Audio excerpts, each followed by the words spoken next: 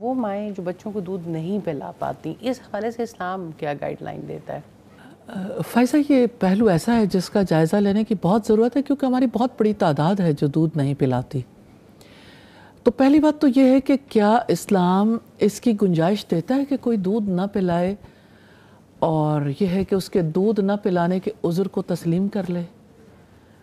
تو ایسا ہے، جینوئن عذر کو تسلیم کیا جاتا ہے۔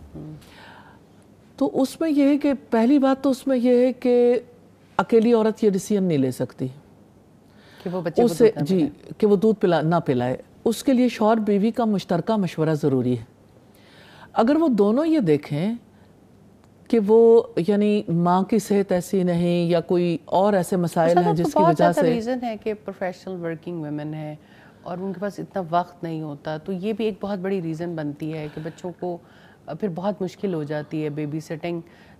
کرنے میں کہ کس طرح سے مائیں وہ وقت نکالیں۔ اس وجہ سے بھی بہت ساری مائیں جو ہیں وہ فائزہ، میرا خیال ہے کہ ہم پہلی بات کا جائزہ لے لیں، کیونکہ یہ بذات خود پروفیشنلی یعنی انہیں کیا کرنا چاہیے الگ ایک موضوع ہے۔ اور اگر ہم یہ دیکھنا چاہیں کہ اسلام اس کی اجازت دیتا ہے یا نہیں دیتا، تو ایسا ہو سکتا ہے اگر جینوئن ریزن ہو تو دونوں کے مشورے کے ساتھ، اور پھر یہ کہ طبیب کیا کہتا ہے، ڈاکٹر کیا کہتا ہے اس بارے میں، ڈاکٹرز کی رائے ضرور لینی چاہیے کہ کیا واقعی ایسا عذر ہے جس کی وجہ سے دودھ پلانے کو ترک کر دیا جائے۔ دوسری بات یہ ہے کہ آپ نے جو بات کہی کہ یعنی کسی کا پروفیشن آڑے آتا ہے، کسی کی ہیلتھ آڑے آتی ہے، کسی کے دیگر مسائل آڑے آتے ہیں، تو مجھے پروفیشن کے حوالے سے بھی ضرور بات کرنی ہے۔ اس میں کوئی شک نہیں کہ پروفیشنل لائف ایک ٹف لائف ہے، اور عورت کے لیے خاص طور پر جب وہ ماں بنتی ہے بہت زیادہ مشکل ہو جاتی ہے، اور اس کی مشکل اپنے بچے کے حوالے سے زیادہ ہوتی ہے کہ بچے کو دودھ پلانے کے لیے جو وقت چاہیے اور دودھ پلانے کے لیے جو ہمت چاہیے، دونوں میں ہی اسے کمی کا سامنا کرنا پڑتا ہے۔ آج دنیا میں ایسی بہت ساری آلٹرنیٹ صورتیں موجود ہیں، پھر بھی وہ دودھ پلا سکتی ہے۔ یعنی الیکٹرانک پمپس ایسے مل جاتے ہیں جس کی وجہ سے وہ دودھ کو نکال کے ذخیرہ کر سکتی ہے، یعنی اس کے لیے باقاعدہ طور پر اسے سیفلی رکھا بھی جا سکتا ہے، اور یہ ہے کہ پھر اس رائٹ ٹیمپریچر پر بچے کو دیا بھی جا سکتا ہے۔ تو اس میں اہل خاندان کی ہیلپ کی ضرورت ہوتی ہے، یعنی فیملی میں پھر اور لوگ ہیلپ کرنے والے ہوں۔ اور ایسا بھی ہو سکتا ہے کہ یعنی بچہ اگر ماں کے ساتھ ہی ہے، کتنے ہی ادارے ایسے ہیں جہاں پہ بچوں کے لیے سہولت موجود ہوتی ہے،